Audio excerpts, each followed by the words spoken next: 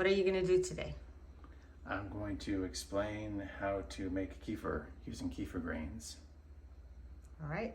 So this is after about 24 hours of fermenting in a fairly warm location, so it happens quicker when it's warm. And this is about as separated as you want it to be. I don't mind it being this separated because I make a smoothie anyway, but you could make it into the kefir you're going to drink prior to it being this separated. And what's in there? Well, it was milk and kefir grains. Cow's milk. I use non-fat milk, but you can use any type of milk you want. In fact, kefir likes more fat, but I like less fat. And the grains have gotten used to having no fat. It's been years now. So we're going to see the grains soon? We're going to see the grains soon, and then I'm not going to show you the process of starting it, but when you start it, it's going to look like this, except it'll be regular looking milk with the grains inside. You can't really see them. Okay, so now we're going to take off that top, and you can shoot. Yeah. And so we're going to just kind of scrape this off the sides here. And again, this is quite separated. You know, look up on Google making kefir and you'll see some people like to drain the whey, but that's got the protein in it. Well, you can see what I do. The kefir grains are quite strong. You don't have to worry about, not smushing them. They don't seem to mind. What are kefir grains? Are they animals? I don't think they're strictly speaking alive, from what I've read, but it does seem like they're alive. They are protein structures that grow, so they have that aspect of life, and they grow by eating. I guess they eat the lactose is what they do. So what you're doing there is not just I'm forcing the curds, I guess you'd call them, the kefir curd. So the kefir, the grains, when they do their thing, they separate the milk into curds and whey, essentially. And of course, the whey pours right through. The curds you have to sort of force through. So you keep on working this in, and you can't really see the grain. You'll see the grains. You'll see the grains at the end. When one allows it to get so separated, it's a bit harder to get the last bit, through. Now you're starting to see the grains, right? Most of what's left now are grains. There's just a little bit there, a little bit of the curds are clinging to the grains still. So if you were to leave these grains like that on the counter without milk, what would happen to them? They would dry up and die, if you want to call it die.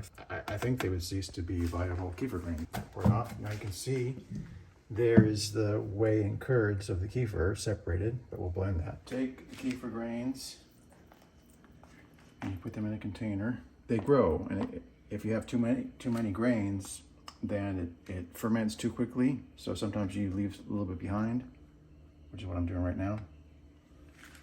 And then cover this in milk.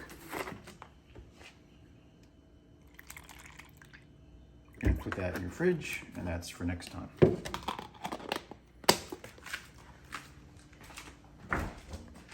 Okay, so then I'm going to make this into a smoothie. I use frozen strawberries or other berries. I use some agave syrup as a sweetener, blend it, and then drink as much as you want, and then refrigerate the rest. It's good for 3 or 4 days. When you want to make the next batch, you obviously clean this. You would take your mason jar, 2-quart mason jar. You would take this out. These grains will have started to work a little bit, but not very much because it's in the refrigerator. But you need to strain them as before. Just strain the milk out. It's going to be much easier to strain them. Put the grains in, maybe a measuring cup that has a pouring spout. Put your milk in, 3 cups, 4 cups, 5 cups, something like that. Then pour it in there, and then do that cap like before. It needs to be breathable, but you don't want fruit flies and such to be able to get in. again, you can use any kind of milk you want, and there's no heating, as unlike with yogurt, you don't have to heat it or anything, just the cold milk. Just drain the grains, add cold milk, put it in here, put the top on, and then let it sit. And then you'll see what the process will end up with what you saw before at the beginning. Okay, so I add about a tablespoon per cup of milk that I've used. This was about 4 cups. This is agave syrup I'm talking about. Keeping, I guess, some like it sweet. 4 strawberries per cup, or depending on the size of the strawberries. I'm gonna do, I guess, 3 of these containers. This is more than I usually make. I hope it's not too much for this blender.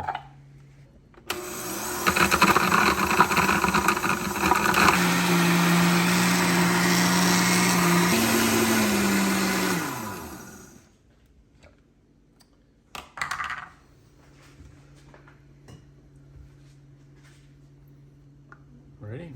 Yep. So this is what I'm keeping in the fridge. Okay, so here is the finished product. Pretty much like what you would buy, maybe not quite as thick.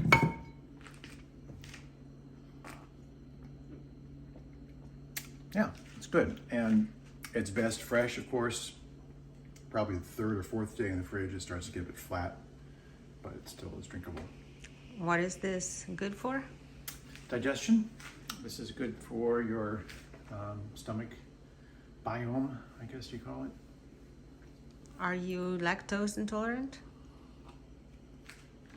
I think so. I've never been diagnosed, but I think I am. I certainly don't respond well to ice cream. That's the worst. Full fat milk. Soft cheeses, that sort of thing. But kefir is good. Kefir is good. So the kefir grains, I believe they eat the lactose. I think that's what they do. So basically, it's like taking away lactose.